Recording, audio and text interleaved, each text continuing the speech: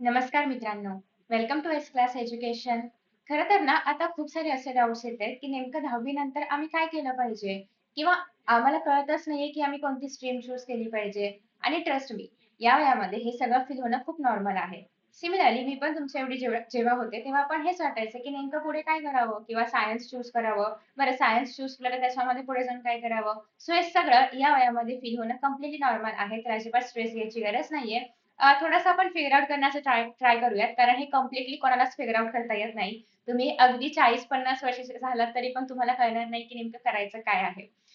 खूप क्वचित लोकं असतात ज्यांना ते खूप लवकर कळते की हां, पुढे जाऊन आपलं पॅशन हे असेल किंवा आपल्याला हेच करायचं आहे एक्झॅक्टली. तर असं खूप कमी असतात आणि तुम्ही जर त्या लोकांपैकी नसाल तर इट्स कम्प्लिटली ओके. याचा अर्थ तुम्ही नॉर्मल आहात आणि थोडंफार आपण त्याच्या आसपास जाण्याचा प्रयत्न करूया. एक्झॅक्टली फिगर आउट करता येणं इज नॉट अवर एम. आपलं एम हे आहे की थोडंफार का होईना आपण त्याच्याबद्दल रिसर्च करूयात आणि बघूयात काय आपल्याला आवडतंय आणि काय केलं पाहिजे. So let us start. सगळ्यात पहिल्यांदा तर ना, तुम्ही बऱ्याचदा ऐकलं असेल की आपल्याला सांगतात तुमचा कल जिकडे असेल, तुमचा इंटरेस्ट जिकडे असेल, तुमचं पॅशन जे असेल ते पर्सीव्ह करा. पण कधी-कधी होतं असं की नेमकं काय म्हणजे पॅशन नेमकं काय असतं? कसं काय ओळखायचं की पॅशन काय असतं? हे ॲक्चुअली मला पण नाही कळलंय. पण तरी पण आपण एकत्र फिगर आउट करूयात यार. म्हणजे हे काय एवढं डिफिकल्ट आहे? काय निवडायचं असतं? सो सगळ्यात पहिल्यांदा तर ना, आत्तापर्यंत म्हणजे 10वी पर्यंत जेवढा तुम्ही अभ्यास केला असेल तोपर्यंत तुम्हाला हे तरी कळलं असेल की कोणता विषय वाचून तुम्हाला पटकन कंटाळा येतो. आणि असं होतं की परत आयुष्यात मला हा विषय नाही वाचायचा आहे. म्हणजे तुमच्याकडे ना आता ऑप्शन आहे की तुम्ही असे काही विषय आहेत की जे पुढे मला अजिबात नकोच आहेत ते तुम्ही ड्रॉप करू शकता. फॉर एक्झाम्पल काहींना इतिहासाचा प्रचंड कंटाळा येतो. म्हणजे असं होतं की हा विषय तेवढा नको बाकी काही पण चालेल. सो बेसिकली असं जे काही होतं इरिटेशन किंवा नाही वाचायचंय मला हे, तर याचा अर्थ ते विषय तुम्हाला आवडत नाहीयेत. जर पुढे जाऊन तुम्हाला या विषयामध्ये काही करायला सांगितलं तर कदाचित तुम्ही ते तेवढ्या आनंदाने नाही करणार. सो असे जे विषय आहेत ते रिमूव्ह करून टाका. काहींना असं मॅथ्स बद्दल वाटेल, काहींना असं सायन्स बद्दल वाटेल, काहींना असं लँग्वेजेस बद्दल वाटेल, कुठल्याही विषयाबद्दल हे वाटू शकतं. सो मग तुम्हाला आता काय करायचं हे फिगर आउट करण्यापेक्षा काय नको आहे ते सध्या फिगर आउट करणं आय गेस इझी आहे.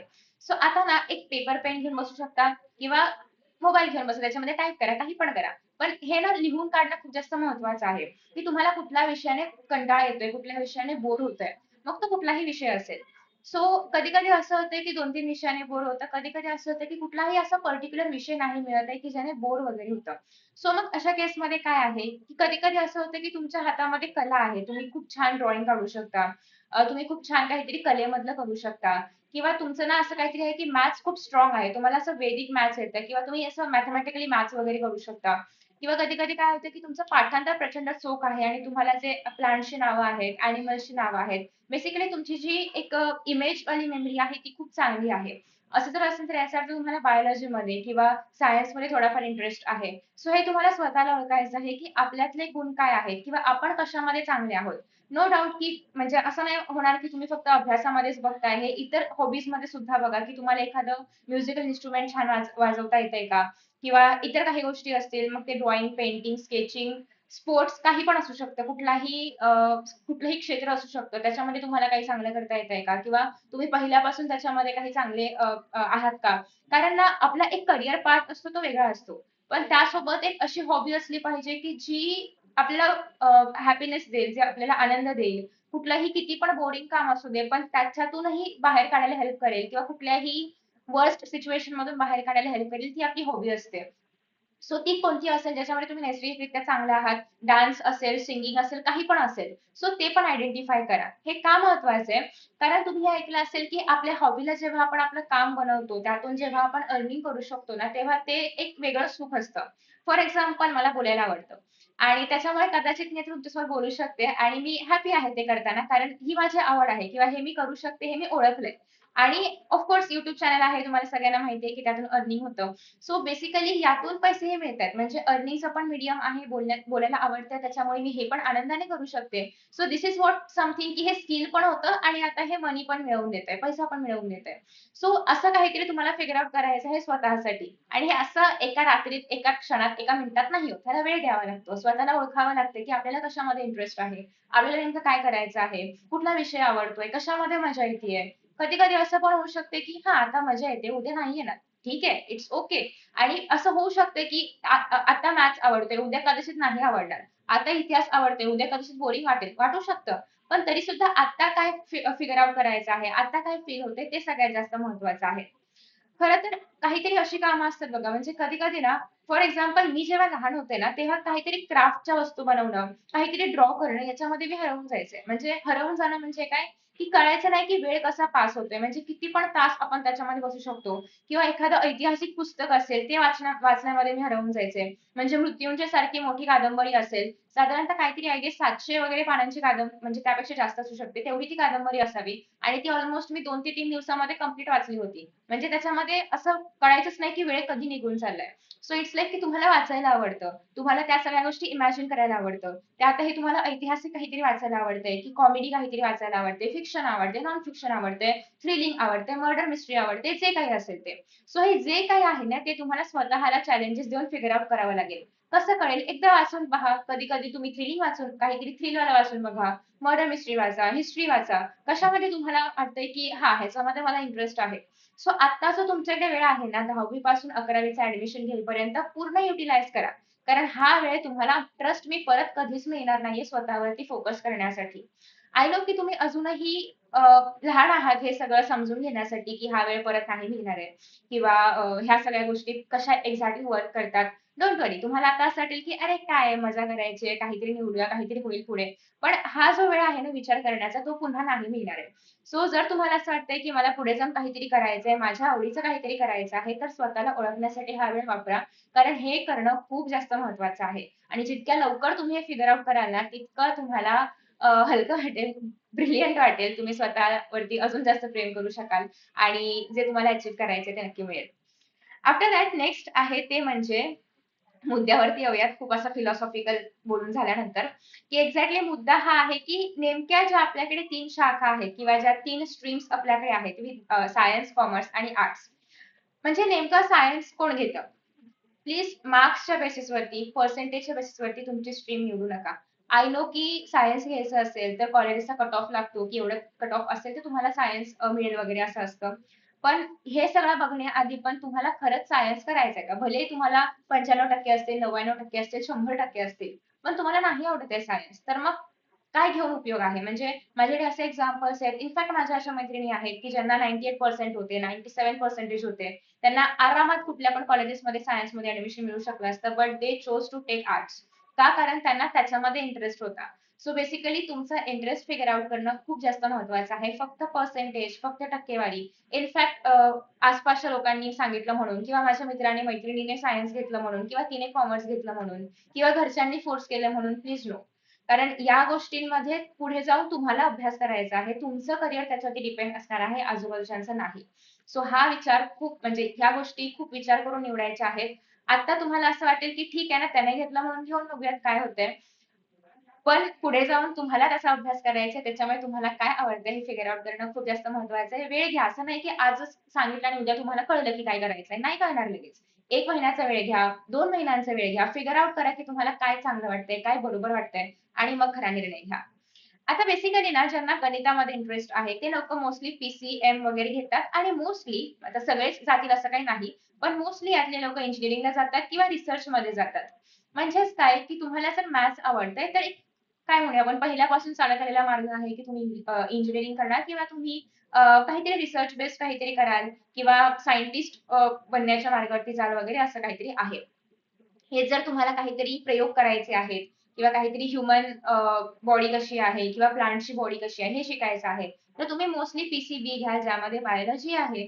तुम्हाला जर थोडंफार रट्टा मारायचा आहे लॉजिक पेक्षा पण तुम्ही थोडंसं रट्टोपाई गोष्टी करणं असेल किंवा इव्हन बायोलॉजीमध्ये पण लॉजिक आहेच नाही असं नाही. पण मॅक्सिमम पार्ट हा त्याच्याशी निगडीत असणार आहे.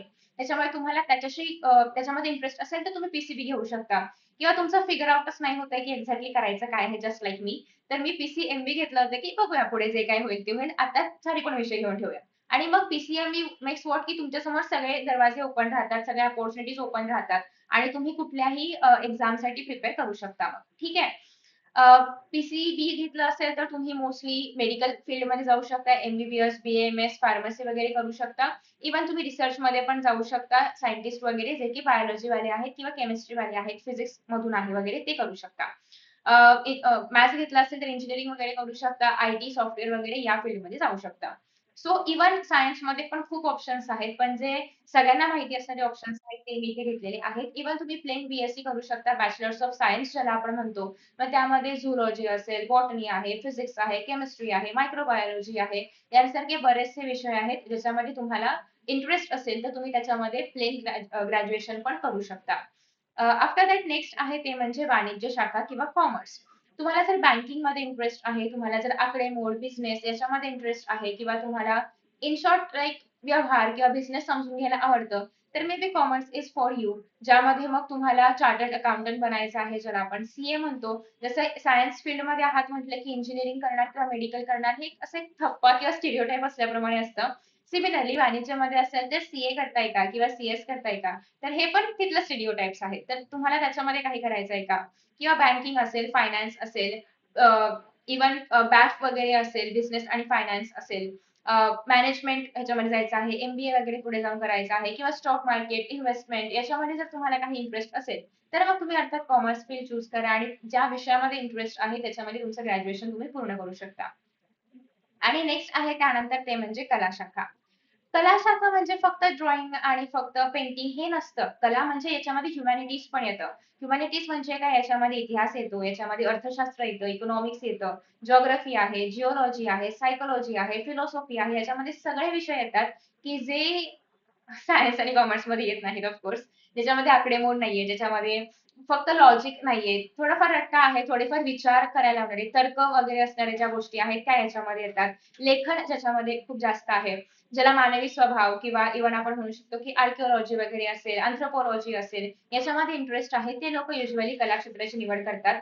आणि मोस्टली ज्यांना प्रशासकीय सेवांमध्ये जायचं आहे, मग ते एमपीएससी असेल फॉर महाराष्ट्र, युपीएससी असेल किंवा जर्नालिझम वगैरे असेल किंवा काहीतरी हटके करिअर निवडायचं आहे, कन्व्हेन्शनल पाथ न निवडता. इव्हन मग तुम्ही त्याच्यामध्ये डान्स असेल, सिंगिंग असेल याच्यामध्ये पण बी-ए-एम-ए केलं जातं. तर या सगळ्या डिझायनिंग असेल, फॅशन असेल, या सगळ्या गोष्टींमध्ये जर तुम्हाला इंटरेस्ट असेल तर प्लीज गो विथ आर्ट्स. सध्या जर तुम्ही पाहिलात ना तर कुठलंही असं फील्ड नाहीये की ज्याच्यामध्ये तुम्हाला असं वाटेल की अपॉर्च्युनिटीज नाहीयेत. प्रत्येक फील्डमध्ये अपॉर्च्युनिटीज आहेत. तुम्ही जर त्या फील्डमध्ये बेस्ट असाल ना तर तुम्ही काही पण करा. तुम्ही जर बेस्ट असाल तर तुम्हाला अपॉर्च्युनिटीज मिळणार आहेत आणि तुम्हाला नेम, फेम सगळं काही मिळणार आहे. So it's better to go with your interest. तुमचं पॅशन काय आहे ते ओळखणं खूप जास्त महत्वाचं आहे. कारण एकदा का तुम्हाला ते कळलं की तुम्ही काही पण करू शकता, काही पण अचीव्ह करू शकता. तुम्ही पाहत असाल की सध्या बऱ्याच लोकांचं असं होतं की शिक्षण वेगळं आहे किंवा आतापर्यंत वेगळंच काहीतरी बॅचलर्स केलेलं आहे, वेगळंच काहीतरी ग्रॅज्युएशन केलेलं आहे. पण त्यांचा इंटरेस्ट वेगळा आहे आणि ते ते लोकं काहीतरी पिकअप करतात आणि त्याच्यामध्ये एक्सेल करतात. इव्हन तुम्ही जर शार्क टँक बघत असाल त्याच्यामध्ये पण बऱ्याच लोकांचे बॅकग्राऊंड्स वेगळे असतात, पण तरी पण त्यांनी बिझनेस उभा केला, ते एंटरप्रेन्योर बनले. सिमिलरली अशाच पद्धतीने खूप एक्झाम्पल्स आहेत. मी तुम्हाला मागच्या व्हिडिओमध्ये पण एक एक्सरसाइज सांगितलेली होती, की वेगवेगळ्या क्षेत्रामधल्या लोकांचे पॉडकास्ट ऐका, त्यांची लाईफ कशी असते, ते काय एक्झॅक्टली काय शिकल्यानंतर काय काम केलं जातं. सो हे जर तुम्हाला एक्झॅक्टली कळलं तर कळेल तुम्हाला की तुमचा कुठला इंटरेस्ट आहे किंवा तुम्हाला कशामध्ये वाटतंय की आपण पुढे जाऊन हे करावं. खरं तर ना जे काही पाथ तुम्ही निवडाल ना त्याचा एकतर हे बघायचं की तुम्ही त्याच्याशी ते काम करण्यासाठी किती आनंदी आहात, किती पॅशनेट आहात. ऑफकोर्स ते तुम्हाला इन्कम जनरेट करून त्यांनी दिलंच पाहिजे. तिसरा पॉइंट असा आहे की 10 वर्षापर्यंत म्हणजे आतापासून 10 वर्षापर्यंत याच्यामध्ये किती करिअरच्या संधी येऊ शकतात किंवा हे किती ग्रो होऊ शकतं, हे पण तुम्हाला बघायचं आहे. बरेचसे असे फील्ड्स आहेत किंवा असे करिअर ऑप्शन्स आहेत की जे मे बी आता बूमिंग आहेत, पण कदाचित पुढच्या 2-3 वर्षांनी ते तितके बूमिंग नसतील. सो हे कसं फिगर आउट करू शकता त्याच्यावर थोडंसं रिसर्च करा. इव्हन ChatGPT वरती विचारा, Gemini वरती विचारा. कुठले पण एआय टूल्स यूज करा. चेकआउट करा की पुढे 10 वर्षामध्ये काय याच्यामध्ये एक्झॅक्टली होऊ शकतं. किंवा आता आपण जर फॉर एक्झाम्पल बघायचं म्हटलं तर फायनान्स हे असं क्षेत्र आहे की काही पण करा. म्हणजे फायनान्ससाठी तुम्ही एआय वरती ट्रस्ट नाही ठेवू शकत. उद्या तुम्ही विचाराल की हा स्टॉक जो आहे तर तो किती दिवसांनी विकावा मी, आणि ते तुम्ही ChatGPTला विचारलं आणि त्याने काहीतरी सांगितलं तर तुम्ही नाही विश्वास ठेवणार. कारण त्याचा तेवढा रिसर्चच नाही किंवा ते तेवढा विश्वास ठेवण्यालायक अॅक्युरेट नाहीच आहे. सो त्याच्यामुळे फायनान्स वगैरे असेल किंवा इव्हन मेडिकल फील्डमधलं सर्जरी वगैरे असेल, तर या सगळ्या गोष्टी आहेत की ज्याच्यावरती आपण माणसावरतीच अवलंबून असणार आहोत. सो हे कधी संपणारे फील्ड्स नाहीयेत. अशा बऱ्याचशा फील्ड्स आहेत. हे ते फक्त एक्झाम्पल होतं. सो त्यानुसार तुम्हाला तुमची फील्ड निवडायची आहे, की जी ऑफकोर्स त्याचं भविष्य पण असलं पाहिजे, तुम्हाला आवड पण असली पाहिजे, अर्निंग तर त्यामधून झालंच पाहिजे. मग काय फायदा इव्हन म्हणजे आपण हे सगळं का करतोय? ऑफकोर्स अर्निंगसाठी करतोय, बेटर लाईफस्टाईल घेण्यासाठी करतोय. सो या सगळ्या गोष्टींचा विचार करून तुम्हाला निवडायचं आहे करियर. सध्या तर इतका डीप विचार करण्याची गरज नाहीये, पण वेळ आहे आपल्याकडे तर थोडंफार एक्सप्लोर करा. तुमच्या हॉबीज काय आहेत ते पण एक्सप्लोर करा. म्हणजे माझी जेव्हा 10th झाली होती ना, तेव्हा असं होतं की काय हॉबी आहे? म्हणजे काय हॉबी काय आहे हेच कळत नव्हतं.